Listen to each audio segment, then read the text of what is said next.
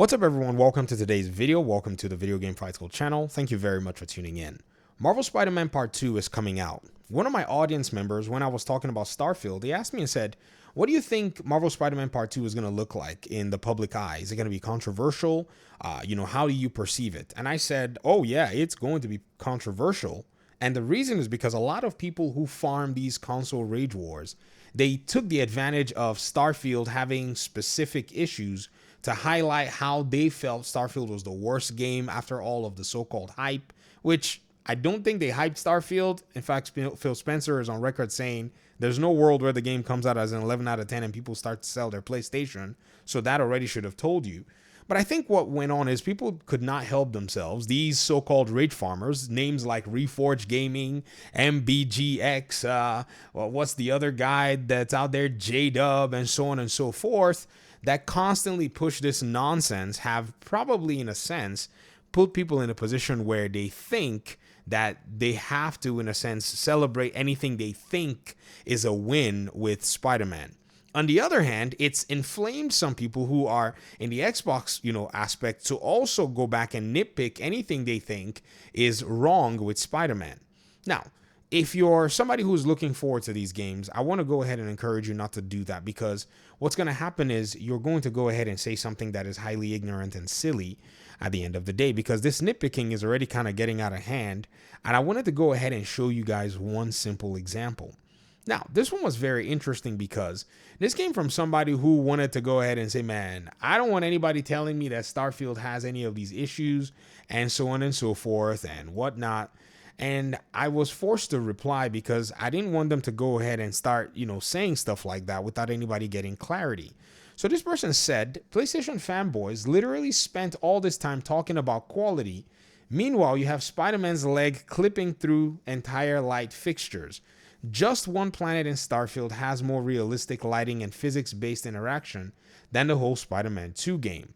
Now, this was probably designed to get the engagement going, or to at least maybe prove some point, or at least put out an argument of some kind, if you were to ask me, right? But here's the thing. This is why the understanding of game mechanics has never been more important in my mind, because I think gamers benefit the most once they can understand how mechanics in video games, are in a sense interacted with, or why mechanics are designed in a specific way. So I went ahead and I actually decided, okay, I'm not going to leave this post for the salt to flow, because that would have been easy to do. I decided that, okay, maybe I should shed some light on this. So apparently in video games, there's a collision functionality that goes on. Your character and all of the different objects in the world, they have a physics characteristic. You, as the developer or developers, can modify those physics characteristics based on what they intend to do. In fact, sometimes they can modify them to behave in specific ways with your character under certain conditions. So in this case, I think they didn't ignore collision functionality probably when you're swinging. This is why when Miles goes through, he probably just ignores the light post. If you notice, I think what the person did here was they just slow-moed it and Miles' leg probably hits it. Maybe it dodges it. It doesn't matter. At the end of the day, it is a video game mechanic that you can program. So I went ahead and said those same light posts will allow for Miles to land or use as an anchor point for webs. It's normal in video games. In Gotham Knights, the same light poles, you cannot do that. You will bump into them and fall to the ground, because that's how Unreal Engine's collision mechanics are. So what usually goes on is that's pretty much how the developers decide they're going to code the game. I laugh when people make this comparison, because at the end of the day, video games are designed differently. And so anyone who wants to make the comparison between the two is going to set themselves up for some really, really bogus nonsense. This is why I encourage anyone who may be, excited about either of these games to just enjoy the games as they are. This is how you're going to get the most benefit. This is how you're going to be able to enjoy whichever game you're playing, because at the end of the day, you'll clown yourself if you try to make some of these very silly comparisons.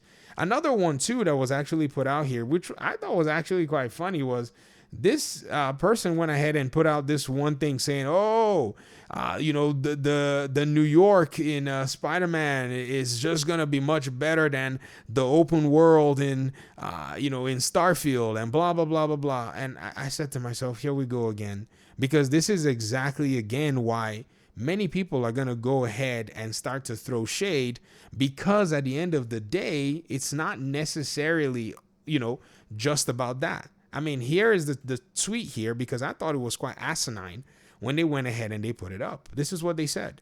They said, two biggest cities in Starfield versus just a fraction of a single borough in Spider-Man 2. Now, this is designed to go ahead. This hype person is a rage farmer. Again, ignore these people. They basically are saying this and everyone's like, yo, what are you talking about? But in reality, if you actually want to look at a very interactive New York City, Spider-Man doesn't even have one half as good as the Division 1. The Division 1 does a very much better job because Spider-Man is not concentrating, nor is it focused on giving you a city.